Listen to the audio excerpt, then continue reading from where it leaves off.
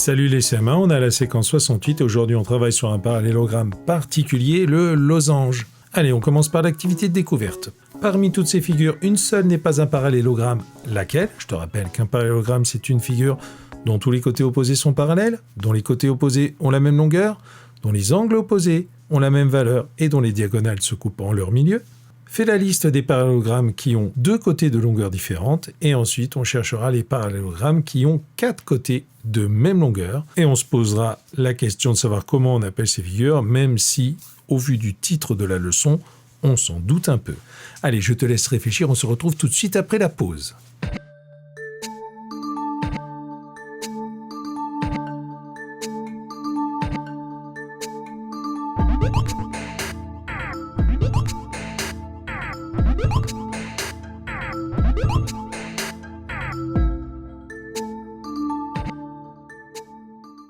Eh bien, la figure qui n'était pas un parallélogramme, c'était la figure H, qui avait ces deux côtés, par exemple, qui étaient de longueur différente. Du coup, ces deux côtés n'étaient pas parallèles, et du coup, les angles opposés n'avaient pas la même valeur, et du coup, les diagonales de la figure ne se coupaient pas en leur milieu. Toutes les autres figures étaient des parallélogrammes.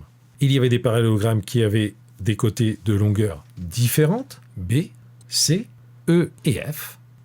On dira des parallélogrammes quelconques, qui n'ont rien de particulier, sont des parallélogrammes, B, C, E et F, et les parallélogrammes qui vont nous intéresser pour cette séquence, c'est-à-dire les parallélogrammes qui ont tous leurs côtés de même longueur, c'est-à-dire les parallélogrammes A, G et D.